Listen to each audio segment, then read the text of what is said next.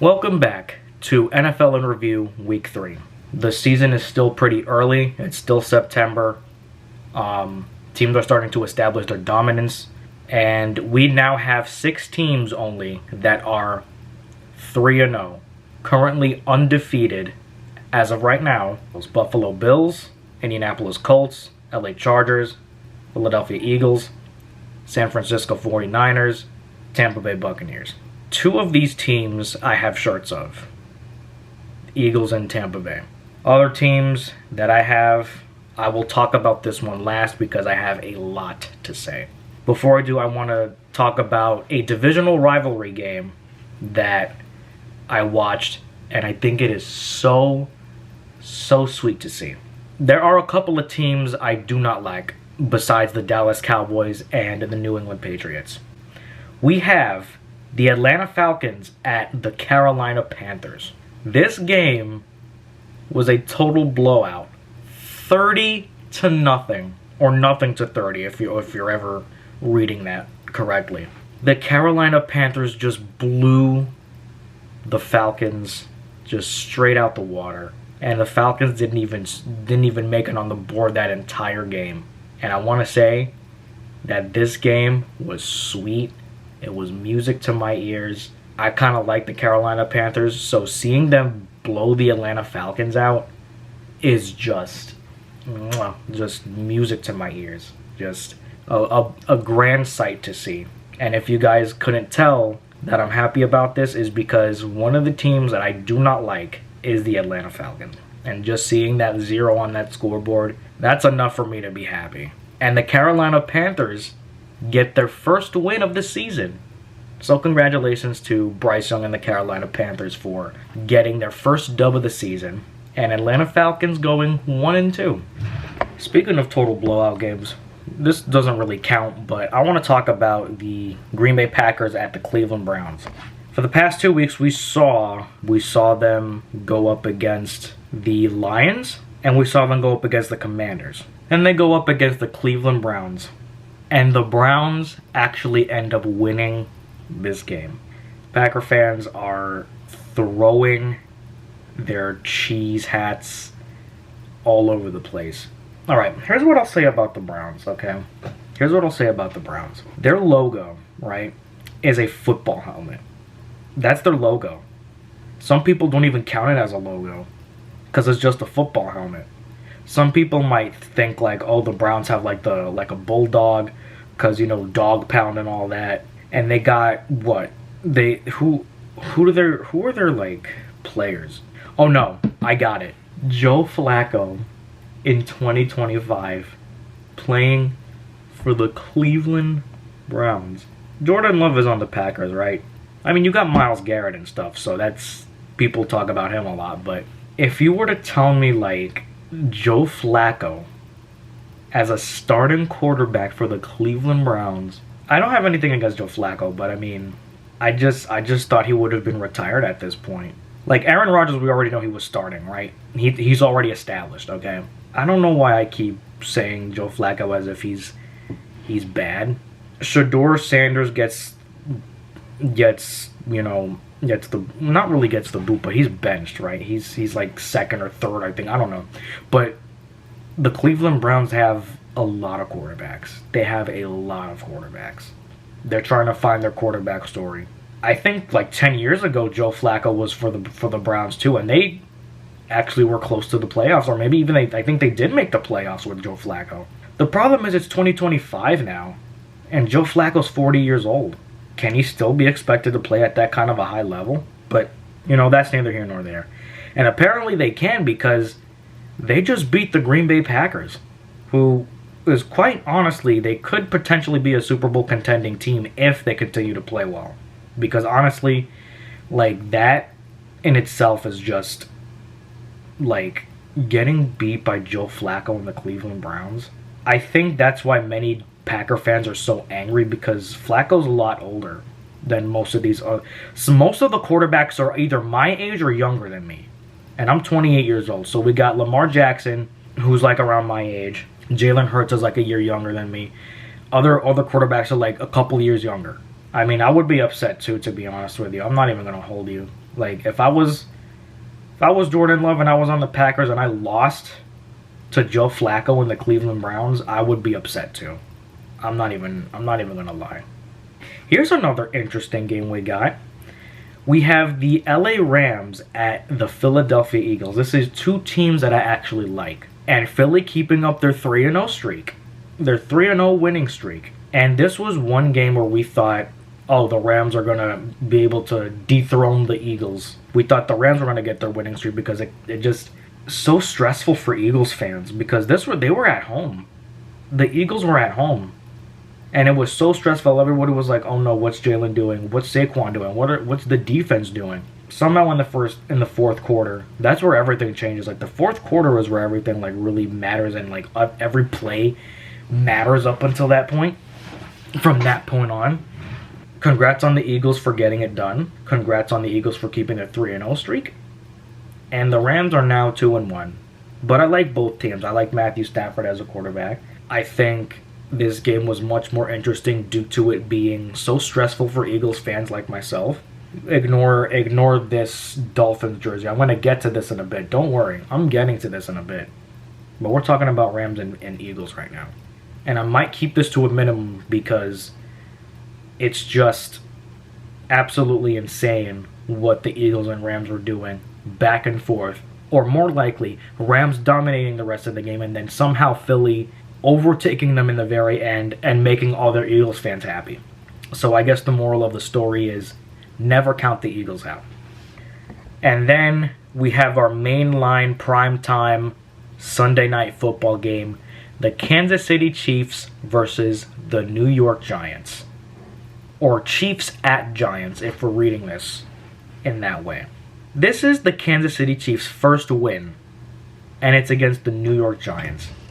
I was like, yeah, they're going to definitely win this one. And apparently it was 22-9.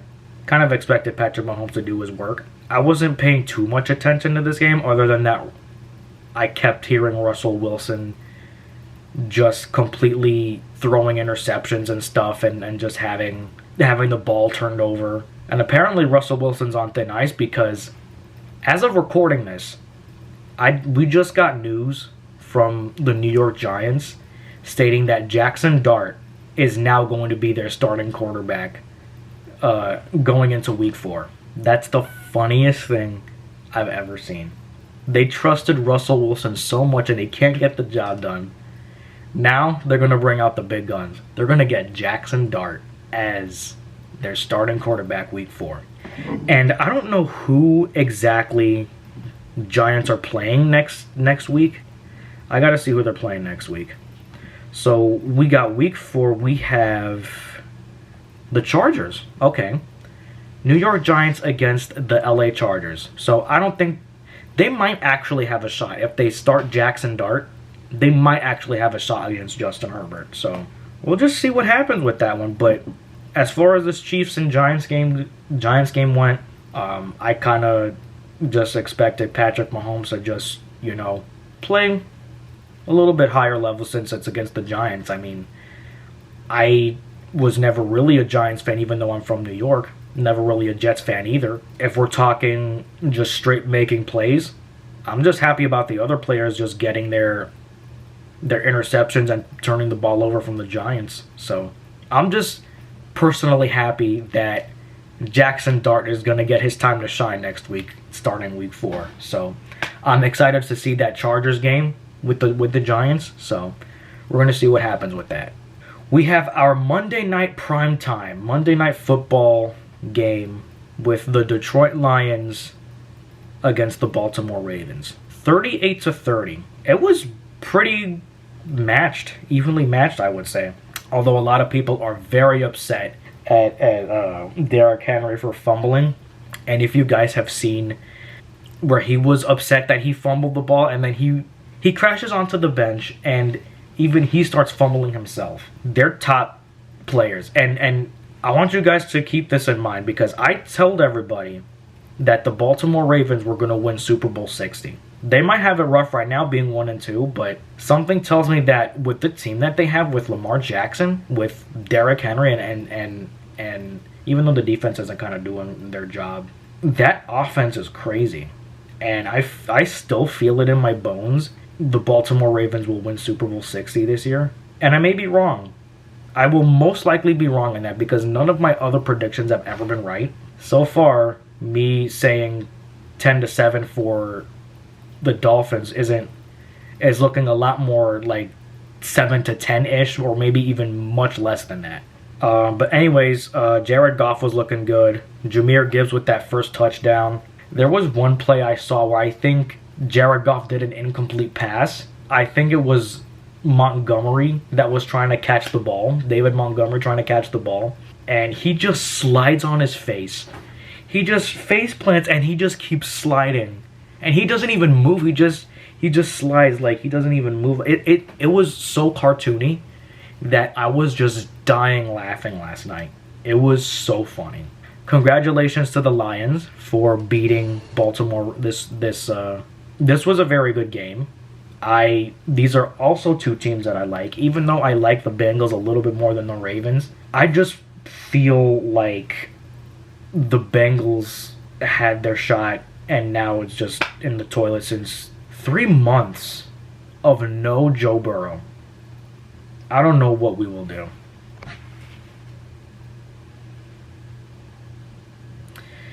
Now, I save my team for last.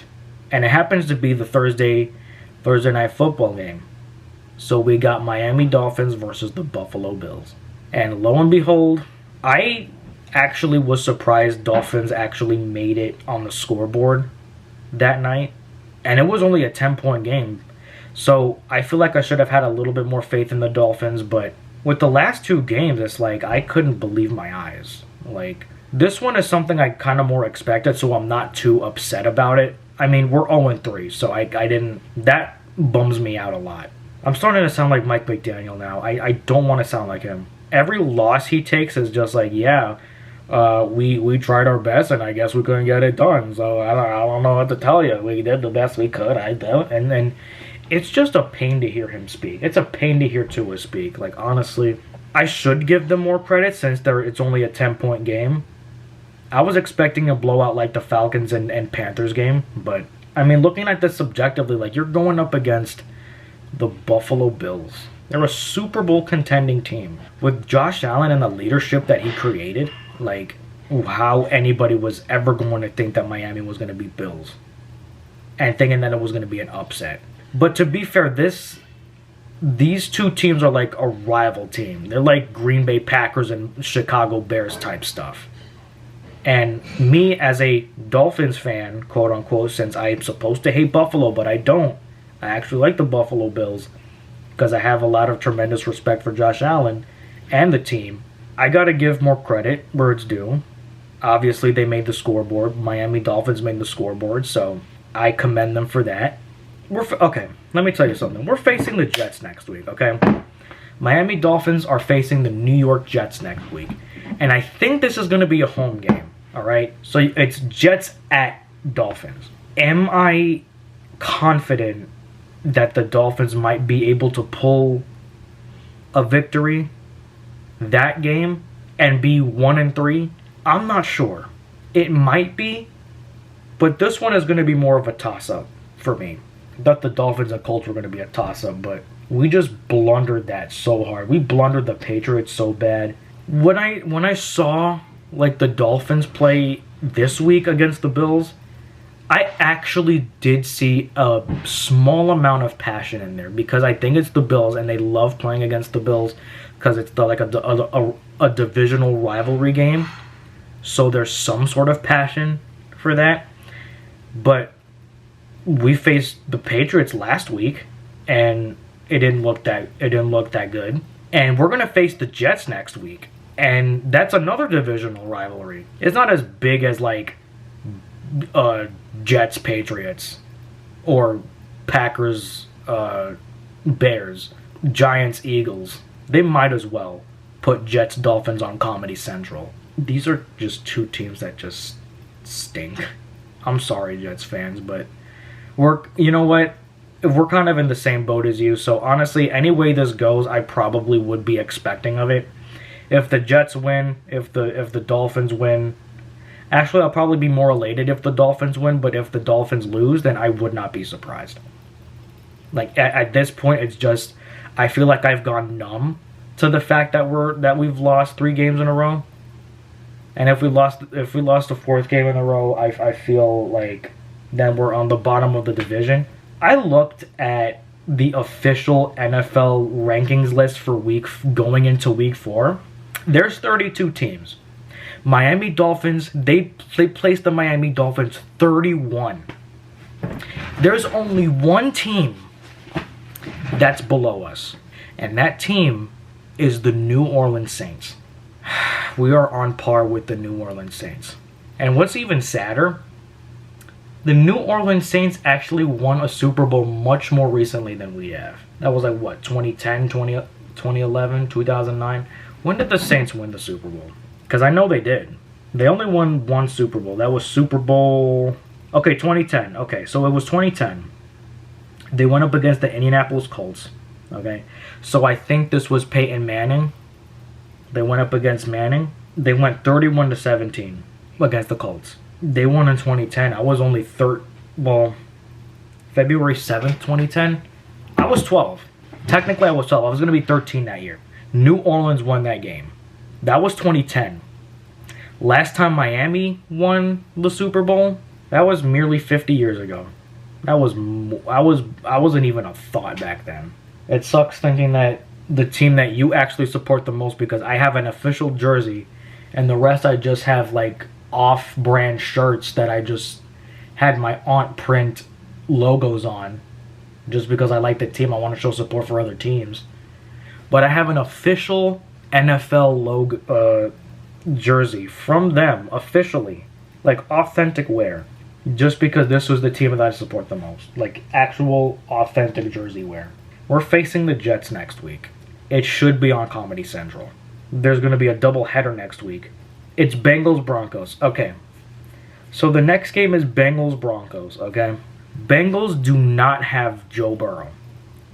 But the Broncos do have Bo Nix. And I'm a huge fan of both quarterbacks.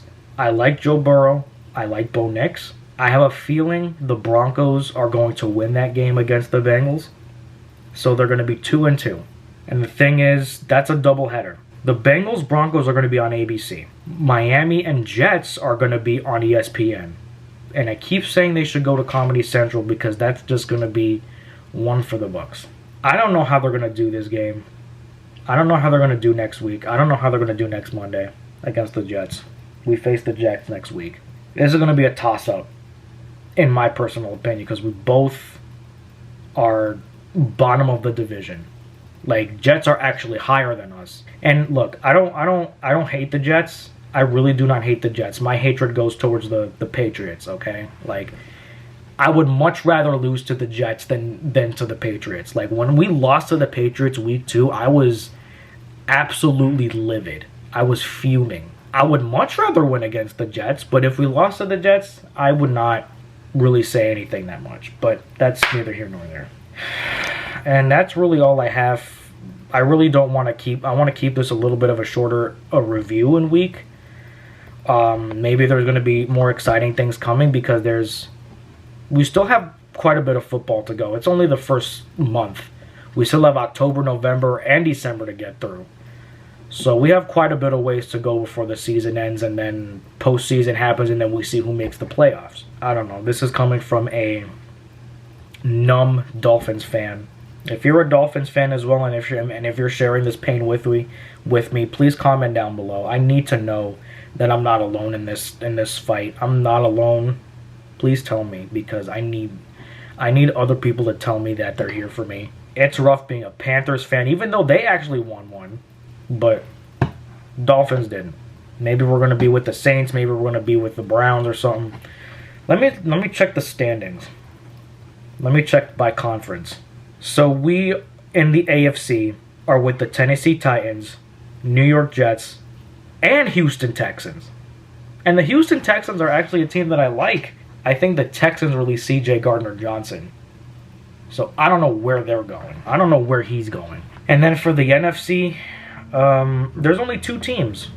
only two teams that are winless, and that's New York Giants and, as I stated before, New Orleans Saints.